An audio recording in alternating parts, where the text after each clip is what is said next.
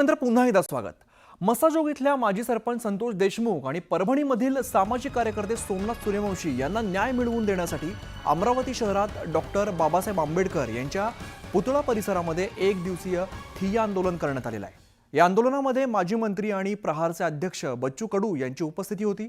दरम्यान बच्चू कडू यांनी राज्य सरकारवरती सडकून टीका केलेली आहे, तर आरोपींना तात्काळ पकडा आणि त्यांना फासावरती लटकवा अशी मागणी आंदोलनकर्त्यांनी केली आहे।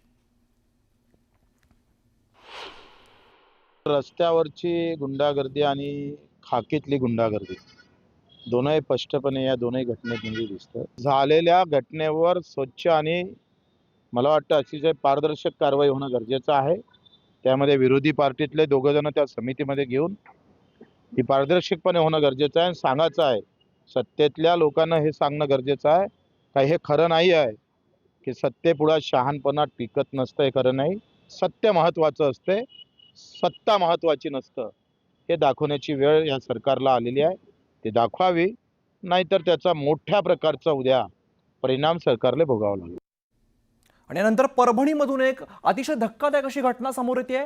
तिसरी मुलगी झाल्यामुळे संतापलेल्या पतीने पेट्रोल टाकून पत्नीला जिवंत जाळल्याची संतापजनक घटना समोर आलेली आहे। या घटनेचं सीसीटीव्ही फुटेज देखील समोर आलंय।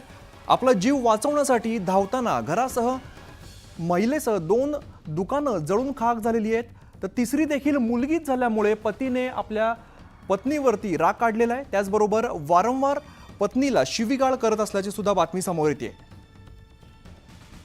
गुरुवारी रात्री 8च्या दरम्यान पतीने हे टोकाचं पाऊल उचलत पत्नीच्या अंगावरती पेट्रोल टाकून पेटवून देण्याचा प्रकार सगळा घडलेला आहे। तर सीसीटीव्ही फुटेज आता समोर आलेले। तिसरी मुलगी झाल्यामुळे पतीने पत्नीला जाळलेला आहे, पेट्रोल टाकून जाळण्यात आलेला आहे।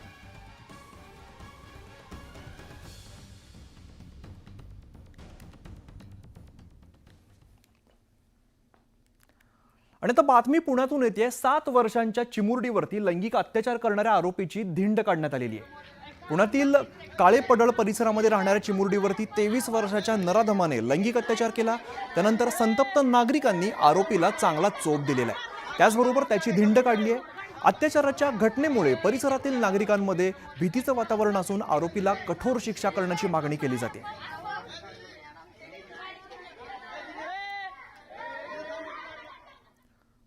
तर आज सकाळपासून ज्या घडामोडी घडलेल्या आहेत त्या सगळ्या घडामोडी आपण या बुलेटिनमध्ये बघितलेल्या आहेत। बीडमध्ये विराट असा मोर्चा बघायला मिळाला, आरोप प्रत्यारोप होत आहेत, त्या प्रकरणातून अनेक वक्तव्य सुद्धा समोर येत आहेत। या सगळ्या घडामोडी आपण सविस्तर या बुलेटिनमध्ये बघितलेल्या आहेत। इथून पुढच्या बुलेटिनमध्ये आपण बातम्यांचा वेगवान आढावा घेणार आहोत। त्यापूर्वी बघूया महत्त्वाच्या बातम्या।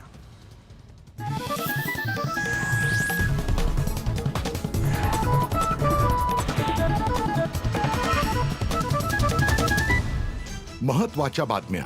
प्रायोजक घरकुल मसाले, स्वाद आणि मायेचा खमंग मेळ। सुरेश धस यांच्या वक्तव्याविरोधात प्राजक्ता माळीची महिला आयोगाकडे तक्रार। धस यांनी माफी मागावी अशी मागणी, प्राजक्ताला अश्रू अनावर।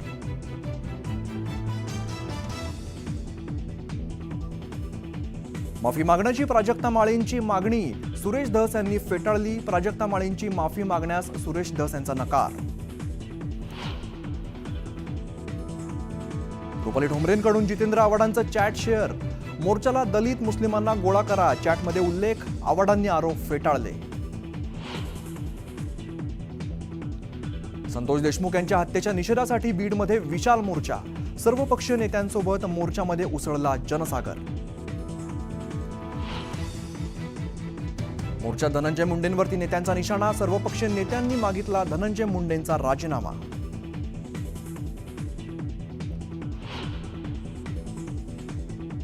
वाल्मिक कराड हा बीडचा वाल्या, तर बीडच्या पालकमंत्र्यांमुळे सत्यानाश झाला। हे सगळं सुरू असताना ते मंत्रिमंडळात। आव्हाडांची धनंजय मुंडेंवरती टीका।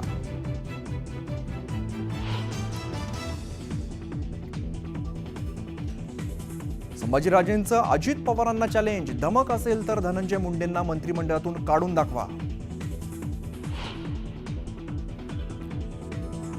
आणि प्रकाश आंबेडकरांनी घेतली मुख्यमंत्र्यांची भेट। सोमनाथ सूर्यवंशी यांच्या कुटुंबियांना 1 कोटीची भरपाई द्या, आंबेडकरांची फडणवीसांकडे मागणी।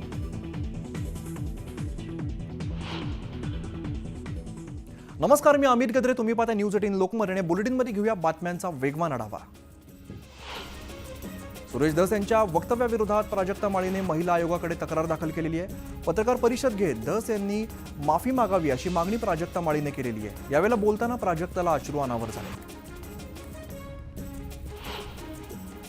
भाजप आमदार सुरेश धस यांनी मंत्री धनंजय मुंडेंवरती टीका करताना प्राजक्ता माळीचं नाव घेतलं होतं. त्यानंतर संतापलेल्या प्राजक्ता माळीने या प्रकरणात मुख्यमंत्र्यांनी लक्ष घालून धस यांच्यावरती कारवाई करावी अशी मागणी केली.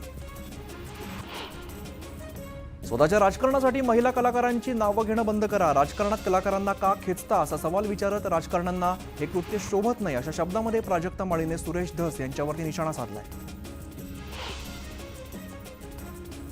प्राजक्ता माळीची माफी मागण्यास सुरेश धस यांनी नकार दिलेला आहे. संतोष देशमुख हत्या प्रकरणावरून लक्ष विचलित करण्यासाठी प्राजक्ता माळीने पत्रकार परिषद घेतल्याचा आरोप धस यांनी केलाय.